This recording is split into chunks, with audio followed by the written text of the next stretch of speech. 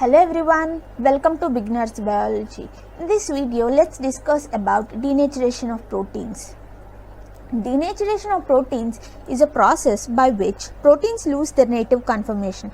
That is, they lose their normal biologically active folded conformation, and it includes the loss of quaternary, tertiary and secondary structure of proteins.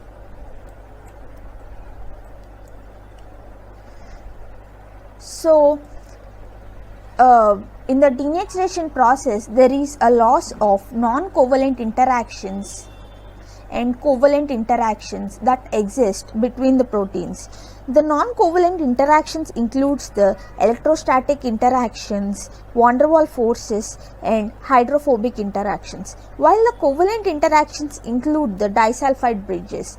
Usually, denaturation does not include the breakage of peptide bonds because denaturation is not strong enough to break the peptide bonds. Indeed, the peptide bonds are broken by hydrolysis reaction.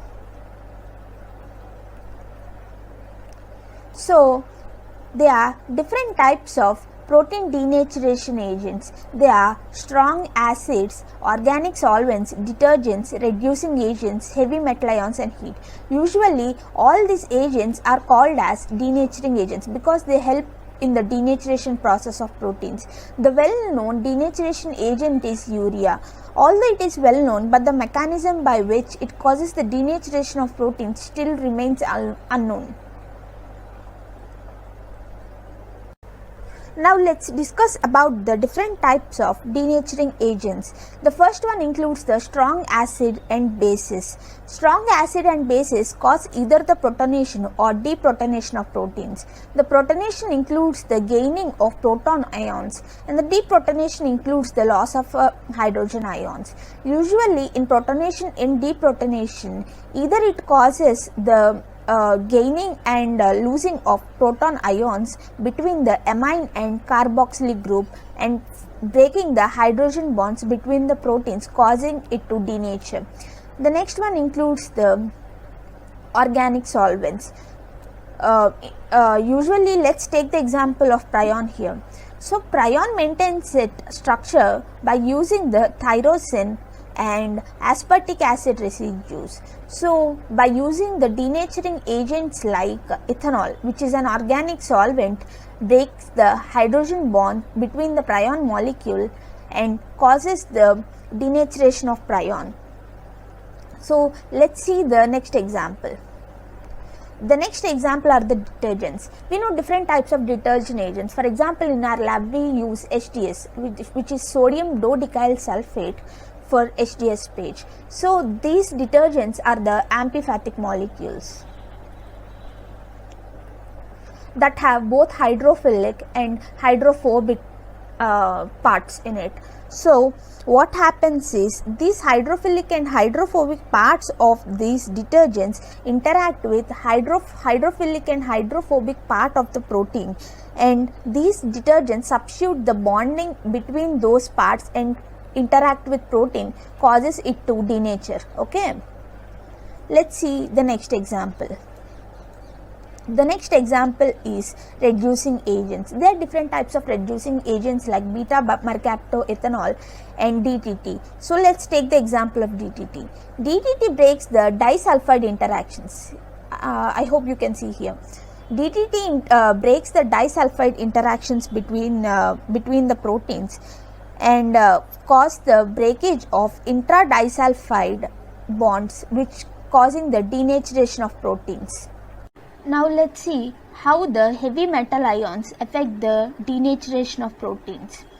So, heavy metal ions like mercury and lead cause the denaturation of proteins in several ways. That is, they may disrupt the salt bridges by forming the ionic bonds with the negatively charged groups. Heavy metals also bond with sulfur-hydryl groups. So, after formation of bonds with the protein, they form an insoluble precipitate. Okay. Along with this, denaturation of proteins by these heavy metals have some disinfectant properties. For example, AgNO3. We all know that it's a silver nitrate. It have the effect in preventing gonorrhea infection in the eyes of newborns. Now let's see how denaturation is caused by heat. As we see egg as our daily example, okay, egg is a clear transparent with full of folded proteins. When the heat is applied slowly during cooking, this causes the denaturation of egg protein, and ultimately egg proteins clump by disrupting some protein bonds and get coagulated, causing the egg white and yolk to get hardened. Now let's see the different characteristics for protein denaturation. During protein denaturation, the native structure of the protein is lost along with the biological activity. Okay. So when the biological activity is lost, obviously the function of the protein is lost. For example, enzymes, we know that enzymes are also a type of proteins, okay. So these enzymes, when they are denatured, they lost their function. So hence the protein or the substrate that needs to be bind to the enzyme cannot be converted into the final product. And okay, so this is how the biological activity works.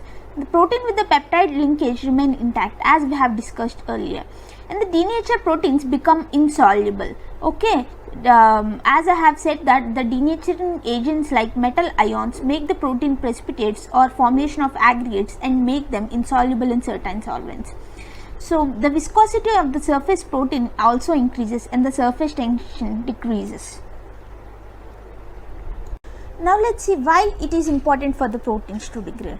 While it is important for the study of proteins in the field of proteomics. In the field of proteomics, it will help to know the interactions between sugar and amino acids. And the next factor is the denaturation helps to determine the concentration of proteins present in the food samples. Well, the third factor includes it helps in the manufacturing of dairy products like cheese and paneer. And the last one is the denature of the proteins helps in the aid of digestion. So the proteins which are denatured are easily digested in the stomach compared to the undenatured proteins. Yeah, denaturation of proteins is good up to certain extent, but when we see the example of blood samples, the blood samples are need to be correctly analyzed. But if there is any denaturation in the proteins present in the blood may affect the result. So this is one point. And the next one is denaturation of the proteins loses the biological activity and function of the proteins. Along with, as I have said earlier, if the enzymes get denatured, it is more disadvantageous because the products are not formed in our body. Okay.